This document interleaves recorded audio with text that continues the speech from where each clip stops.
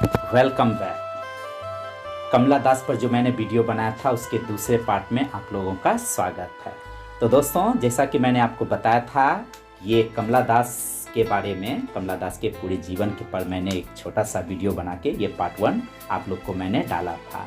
तो आज मैं पार्ट 2 शुरू करने के लिए जा रहा हूँ और ये आपके जो रेनबो पार्ट 2 जो बुक है उनके वंश, उस किताब की जो 174 जो पेज है उसी में इस पोएम के बारे में जिक्र है। तो मैं वीडियो शुरू करने से पहले मैं आप लोग से एक बार फिर रिक्वेस्ट करना चाहूँगा कि जो लोग भी हमारे न्यू व्यूअर हैं वो ज़रूर इस चैनल को सब्सक्राइब कर लीजिए और बेल आइकन को भी दबाना मत भूलिए, क्योंकि जब भी मैं इस पर वीडियो डालूँगा तो आप तक पहले पहुँचे, नोटिफिकेशन आपको मिल जाएगा।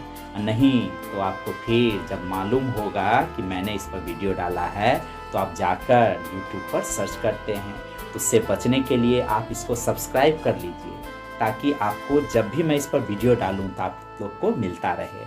तो दोस्तों, मैं कहना चाहूँगा कि आपके जो रेनबो बुक हैं उनमें जितनी भी यानी जो भी पोएम दिए गए हैं वो सारे पोएम्स का मैं इसी ढंग से वीडियो बना कर प्रस्तुत करूंगा। और ग्रामर की जहाँ तक बात है तो मैं तो उसको लाइव में पढ़ा दूंगा, लेकिन ये जो लिटरेचर से संबंधित आप लोग को मैं वीडियो दे रहा हूँ इसमें आपको मैं और बारीकी से समझा पाऊँ, इसके सारे वर्ड्स आपको याद दिला दूँ, याद करवा दूँ, ये मेरा पूरा प्रयास रहेगा। तो इसके लिए सबसे पहले मैं ये कहना चाहूँगा कि एकदम चैनल को सब्सक्राइब कर लीजिए और जितने भी आपके मित्र लोग देख रहे हैं उनको भी सब्सक्राइब करने के लिए कहिए। तो मैं बात करने के लिए जा रहा हूं दोस्तों किसके बारे में, कमला दास के बारे में। यस, जिनके बारे में मैंने पहला वीडियो प्रस्तुत किया था। और जो लोग नहीं देखे हैं तो कमला दास नाम से मैं ये जो वीडियो डाला था उसको आप जरूर देखें। तो मैं कमला दास की एक प्रसिद्ध किताब कौन सी, समर इन केलकता, उनकी एक किताब है समर इन केलकता, समर इन केलकता 1963 में जो पब्लिश्ड हुई थी। तो उसमें 50 से अधिक पोएम थे, जिनमें मैं कुछ पोएम्स का नाम भी बता दूं, जैसे summer in Calcutta, love, my morning tree, the dance of eunuchs, a new city, forest fire, the fear of the year, Radha Krishna, the sea shore, death brings no loss. ये सारी किताबें हैं, ये सारी पोएम्स उसमें दिया गया था। तो सबसे पहले मैं बता दूं कि कमला दास की जितनी भी कविताएं होती थी वो ऑटोबायोग्राफिकल होती थी, यानी उनके जीवन से संबंधित, वे अपने व्यक्तिगत जीवन, पर्सनल जीवन से संबंधित कविताएं लिखते थे। तो दोस्तों, मैंने फर्स्ट वीडियो में बताया था कि उनका जीवन जो था तन्हाइयों से भरा था। तो ये जो समर इन केलकता ये जब लिखा गया था तो वो काफ़ी फेमस हो चुकी थी और अपने जीवन के जो पुराने जीवन की लेकिन यादों को वो अपने दिल में संजोए थी। तो इस पोएम में वो अपने वही बचपन के दिनों को याद करती है और इस इतने बड़े शहर में आने के बावजूद भी, इतने फेमस होने के बावजूद भी इनके जीवन में तन्हाई ही तन्हाई थी। तो इन्होंने इसमें दिखाया गया है कि कैसे गांव का जीवन और शहर का जीवन दोनों में क्या डिफरेंट होती है और कहाँ, यानी शहर के जीवन में कितने इमोशन के अभाव होते हैं, प्यार के अभाव होते हैं। और इनको ये जब अपने लाइफ को पूरा कंपेयर करती है तो इनको लगता है कि ये इनका जो बीते हुए जो दिन है उसमें ये चले जाएं। ये जानती है कि जो टाइम गुजर गया वो लौट के तो आ नहीं सकती है, लेकिन फिर भी उस जीवन में जाना चाहती है। तो कवि के दृष्टिकोण में कहती है ना, तो इन पर एक ये लाइन सूट करता है, इस घनेरी छांव से वह धूप ही अच्छी थी, इस घनेरी छांव से वह धूप ही अच्छी थी, वो जिस्म जलाती थी ये रूह जलाती है, इन बंद कमरों में मेरी दम सी घुटी जाती है, इन बंद कमरों में मेरी दम सी घुटी जाती है, खिड़कियां खोलती हूँ तो जहरीली लहर आती है। तो दोस्तों, ये याद करती है अपने बचपन के दिनों का। तो मैं उम्मीद करता हूँ कि सब लोग अपना अपना किताब खोल लिए होंगे। हाँ, किताब भी देखिए और मैं इसका लाइन बाय लाइन हिंदी करने के लिए जा रहा हूँ। तो सबसे पहले कवि क्या करती है, जो इनका बचपन बीता था कहाँ, इनके दादी माँ के पास गांव में। वैसे गांव सोच सकते हैं कि आज से 50, 60 वर्ष, 70 वर्ष पहले इंडिया का गांव का क्या हाल रहा होगा। वैसे गांव में, हाँ, वैसे गांव में इनका जो बचपन बीता था दादी माँ के साथ। दादी माँ इनको बहुत प्यार की थी, बहुत प्यार बरसाई थी, और उस प्यार के लिए वो जीवन भर तरसते रहे, और वैसा प्यार उन्हें कहीं नसीब नहीं हुआ। तो ये उसी दिनों को याद करती है कि जब अपनी दादी माँ के साथ रहा करती थी, तो इनको कैसा महसूस होता था, कैसा वो जीवन था जिसकी तलाश इन्हें पूरे जीवन भर रहा, लेकिन वैसा प्यार इन्हें नहीं मिला। तो कवि याद करती है, और कवि इस कविता में अपने हस्बैंड के साथ, हाँ, कौन थे हस्बैंड, के माधवदास, तो उनके साथ ये बैठी हुई हैं और उनको बता रही है कि इनका बचपन कैसा बीता और क्या था, और बचपन की सुनहली यादों को ये अपने हस्बैंड के साथ शेयर करती है और याद करती है बीते हुए दिन को, कि वो बीता हुआ दिन इनका कैसा था, और इनको लगता है कि वो लौट के वो दिन आ जाए। तो याद करती है अपने दादी माँ का घर, वही दादी माँ का घर जहाँ इनका बचपन बीता था। अब दुनिया में ना तो दादी माँ रही और ना वहाँ कोई इनके रिश्तेदार रहा, लेकिन फिर भी वो जो पुराना घर है इनको आकर्षित करती है। वो पुराना गांव जो है इनको आकर्षित करती है। इनको लगता है कि सब कुछ छोड़कर मैं दौड़ कर वहाँ जाऊँ और उसमें जो बचपन का इन्होंने प्यार पाई थी, एक बार पुनः उसको देखूं, उसको महसूस करूं। तो कवि फर्स्ट लाइन में क्या कहती है, there is a house now far away where once I received love.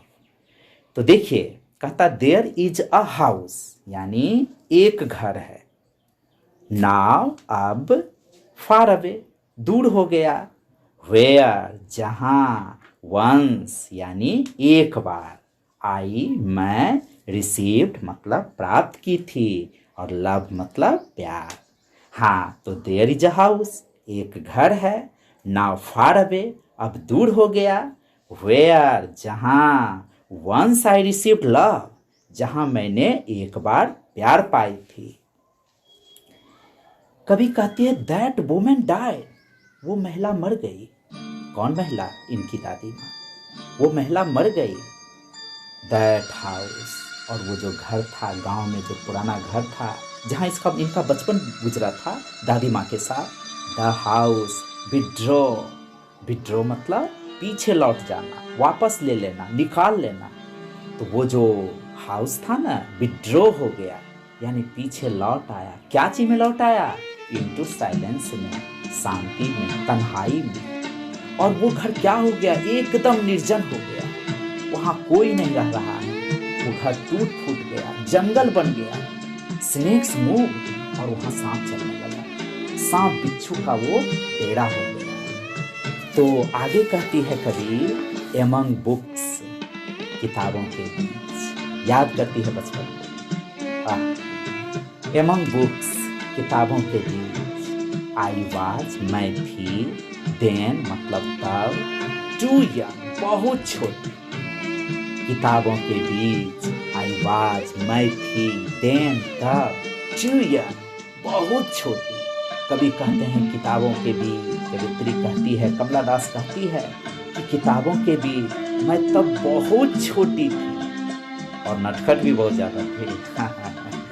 तो ये कहती है किताबों के बीच मैं बहुत छोटी थी, और ये जब नटखट थी, हाँ, जब कुछ न कुछ ये कहा जाए नटखटपना इनका था, ये करती थी, तब इनको क्या कहा जाता था, बैठने के लिए कहा जाता था। क्या करने के लिए, जैसे हम लोग भी बच्चों को कहते हैं, अगर कोई तरह का प्रॉब्लम कर रहा तो उसको कहते हैं कि बैठो, पढ़ो, हाँ, पर किताब निकालो। तो जब इनको ऐसा कहा जाता था, हाँ, among books I was then too young, किताबों के बीच मैं तब बहुत छोटी थी, टू रीड, पढ़ने के लिए, जब इनको पढ़ने के लिए कहा जाता था, एंड माई ब्लड, और मेरा ये जो खून था टर्न बदल जाता था, पड़ जाता था कोल्ड ठंडा, लाइक द मून चांद के जैसा। जब इनको पढ़ने के लिए कहा जाता था टू रीड, जब मुझे पढ़ने के लिए कहा जाता था एंड माई ब्लड, और मेरा खून टर्न कोल्ड ठंडा पड़ जाना, लाइक द मून चांद के जैसा। हाँ, जब इनको पढ़ने के लिए कहा जाता था, यानी जब मुझे पढ़ने के लिए कहा जाता था, तो मेरा जो खून था ना चांद के जैसा ठंडा पड़ जाता था। तो दोस्तों, इसमें कमला दास ने फ्रेज का बहुत सारा इस्तेमाल किया है और रिदम राइम को भी कंट्रोल किया है। तो देखिए ध्यान से, वही कहती है टू रीड, पढ़ने के लिए जब इनको कहा जाता था, यानी मुझे कहा जाता था, तभी खुद बोल रही है Kamala Das, and my blood cold like the moon.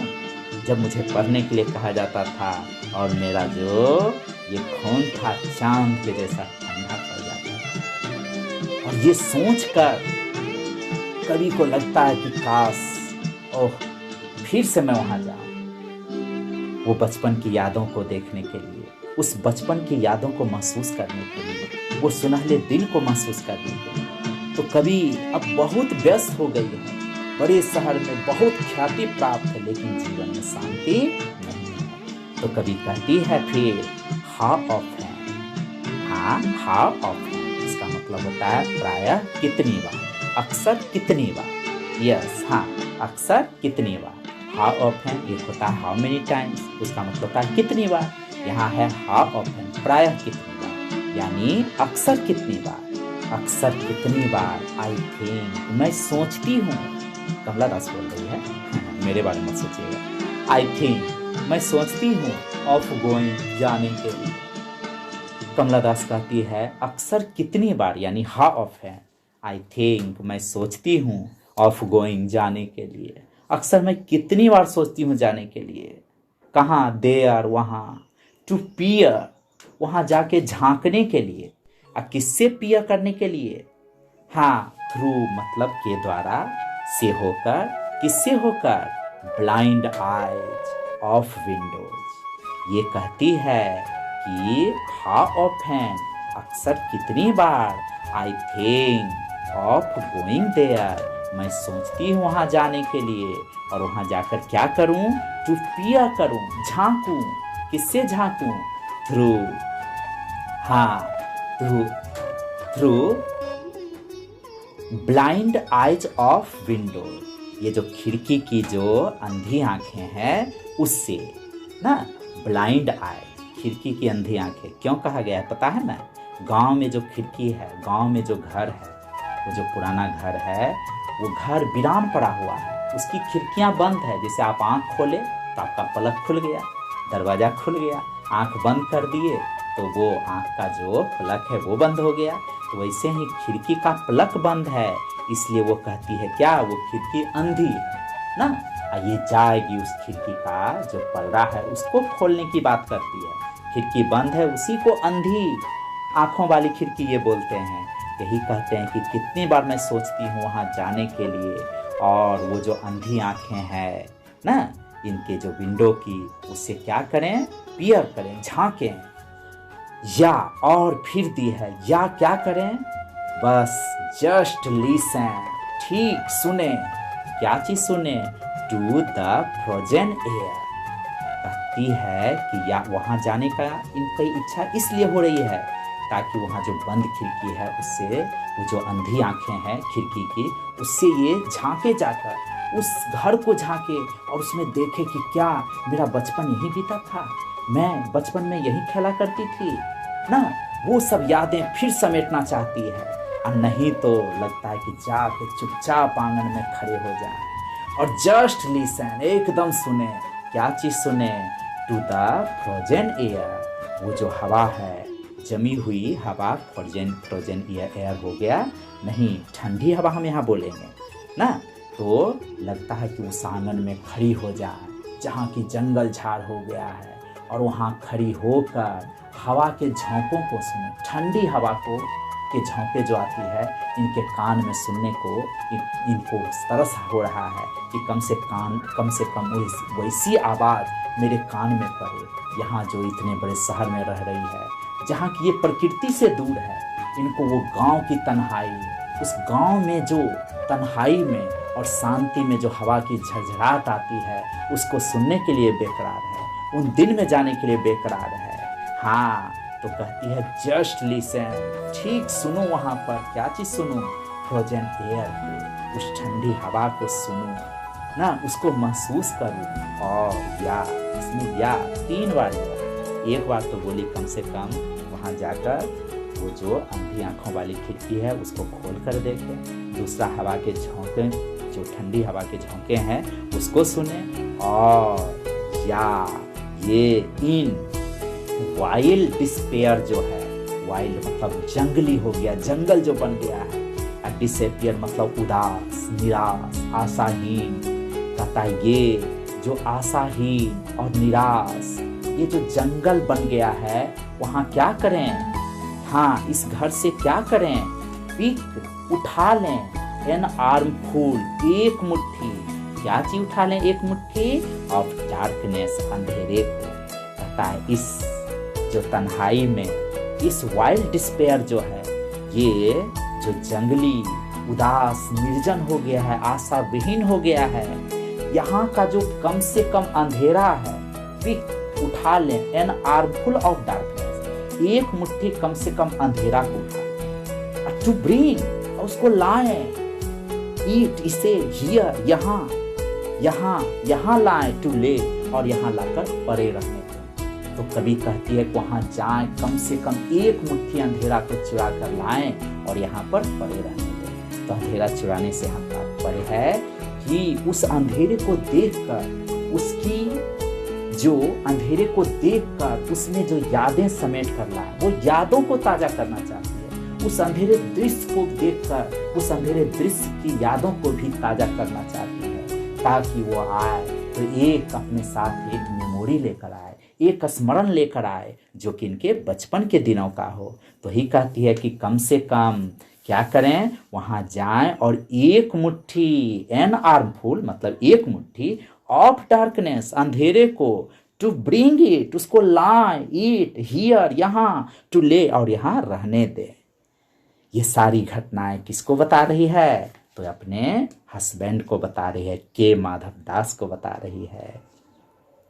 आगे कहती है, आगे सचमुच में जैसे गांव का जो दृश्य होता है उसका वर्णन करते हैं कि दोस्तों आप लोग भी, जैसे कि हम लोग भी गांव से बिलोंग करते हैं, ज़्यादातर लोग मतलब गांव का जीवन तो देखे ही हैं।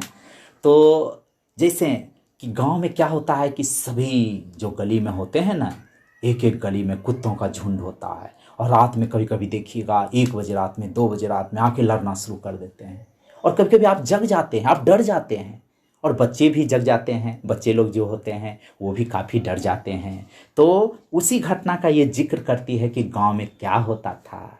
तो बिहाइंड माई बेडरूम्स डोर, हाँ, इनका जो बेडरूम था ना, हाँ, शयन कक्ष, उसका जो दरवाज़ा था उसके बिहाइंड, उसके पीछे, बिहाइंड मतलब के पीछे, माई बेडरूम्स डोर, मेरे बिछावन, हाँ, मेरे जो शयन कक्ष जो था उसके डोर, हाँ, फिर से behind my bedrooms door, behind मतलब के पीछे, माई बेडरूम मेरा शयन कक्ष, एपिस्ट्रोफी देके एस दिया है का, और डोर मतलब दरवाजा, मेरे शयन कक्ष के दरवाजे के पीछे लाइक ब्रूडिंग करता था। ब्रूडिंग मतलब हाँ, धमकी देना, धमकी देता था, जस्ट इसी जैसा, हाँ हाँ, ब्रूडिंग करता था। और कौन ब्रूडिंग करता था? डॉग करता था। रात में इनकी नींद खुल जाती थी और इनके शयन कक्ष के, हाँ, पीछे वाला जो दरवाजा था वहां का सब कुत्ता भौंकने लगता था। ये डर जाती थी, ये डर के मारे अपनी दादी माँ में लिपट जाती थी, और फिर अपने हस्बैंड से कहती है, you can not believe darling, कहता है डार्लिंग, डार्लिंग यानी कि प्रिय, डार्लिंग ये बोलते हैं, you can not believe darling, कहता है प्रिय आप विश्वास नहीं कर सकते हैं। कैन यू, देखिए जब हम लोग क्वेश्चन टैग भी बनाते हैं ना, तो यू कैन नॉट बिलीव और कैन यू लगा देंगे। जैसे यू कैन नॉट बिलीव आप विश्वास नहीं कर सकते हैं, और अगर कैन यू जोड़ देंगे तो आप विश्वास नहीं कर सकते हैं ना। तो बोलिएगा आप कि इसको पीछे में क्यों नहीं लगाया। तो सबसे पहले मैं आपको बताना चाहूँगा कि जब भी कोई सॉन्ग्स लिखा जाता है ना, सॉन्ग्स, तो उसमें रिदम और राइम का ख्याल रखा जाता है। और अगर ऊपर और नीचे का राइम रिदम अगर नहीं मिला तो फिर कहा जाए को संगीत होगा नहीं। जैसे ब्रूडिंग डार्लिंग है ना, जैसे मान लीजिए कि हम यहाँ दे दिए, जैसे मान लीजिए कि मॉर्न तो बॉर्न दिए ना, राइट दिए तो ब्राइट दिए। तो इस कारण से पोइट्री में क्या होता है कि शब्दों को इधर उधर करके उसको कंट्रोल किया जाता है। क्लास में आप लोग पढ़िएगा। हाँ, तो वही चीज़ है, ये कहती है क्या चीज़, you can not believe darling, आप विश्वास नहीं कर सकते हैं। कैन यू, आप नहीं विश्वास कर सकते हैं ना, या इसको हम ऐसे भी कर सकते हैं, आप विश्वास नहीं कर सकते हैं, क्या कर सकते हैं। दैट आई लिव, कि मैं रहा करती थी, इन सच अ हाउस, ऐसे घर में, एंड वॉज प्राउड, और मुझे गर्व था। कहती है कि मैं ऐसे घर में रहा करती थी लेकिन मुझे उसी घर पर गर्व था। और यहाँ पर कटाक्ष करती है अपने हस्बैंड पर, और वो कहती है कि ये जो इतना बड़ा आपका अपार्टमेंट है, इतने जो फेमस है, इतनी संपत्ति है, इस पर मुझे कोई गर्व नहीं, क्योंकि इसमें प्यार नहीं है। और इनको गर्व है ना, गर्व है, सम्मान है। हाँ, तो कौन से घर पर, वही दादी माँ का घर जहाँ इनको प्यार मिला था। वही कहती I live in such a house, ऐसे घर में मैं रहा करती थी, एंड आई वॉज प्राउड, और मुझे गर्व था, एंड लव्ड, और मैं उस घर को प्यार करती थी।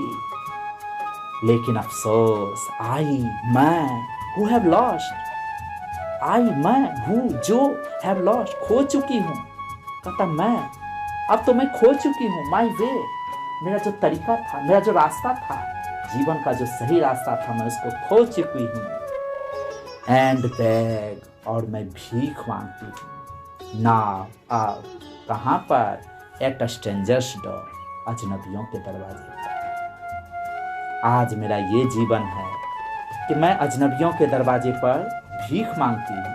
कहती है ये आई, मैं हु हैव लॉस्ट, जो कि खो चुकी हूँ, माई वे, मेरा जो वे था, रास्ता था जीवन का, उसको मैं खो चुकी हूँ। एंड वेग ना, और मैं अब भीख मांगती हूँ एट स्ट्रेंजर्स डोर, अजनबियों के दरवाजों पर। टू रिसीव, पाने के लिए, टू मतलब के लिए, रिसीव मतलब पाना, पाने के लिए क्या चीज, लव, प्यार पाने के लिए, प्यार के लिए ये अजनबियों के दरवाजे पर भीख मांगती है ना।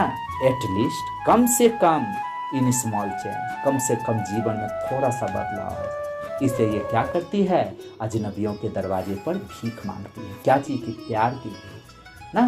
तो यहाँ भीख मांगती है क्या चीज़ की, प्यार की, क्योंकि इनके जीवन में अब प्यार नहीं रहा। ये उस प्यार के लिए लॉन्ग्स करती है, तरसती है, जो कि इनको दादी माँ से मिला था। और वो प्यार, ये जीवन भर उस प्यार की तलाश में रही, भटकती रही, लेकिन जीवन में पैसा, शोहरत, सब कुछ हासिल हुआ, लेकिन वो प्यार दोबारा नहीं आया।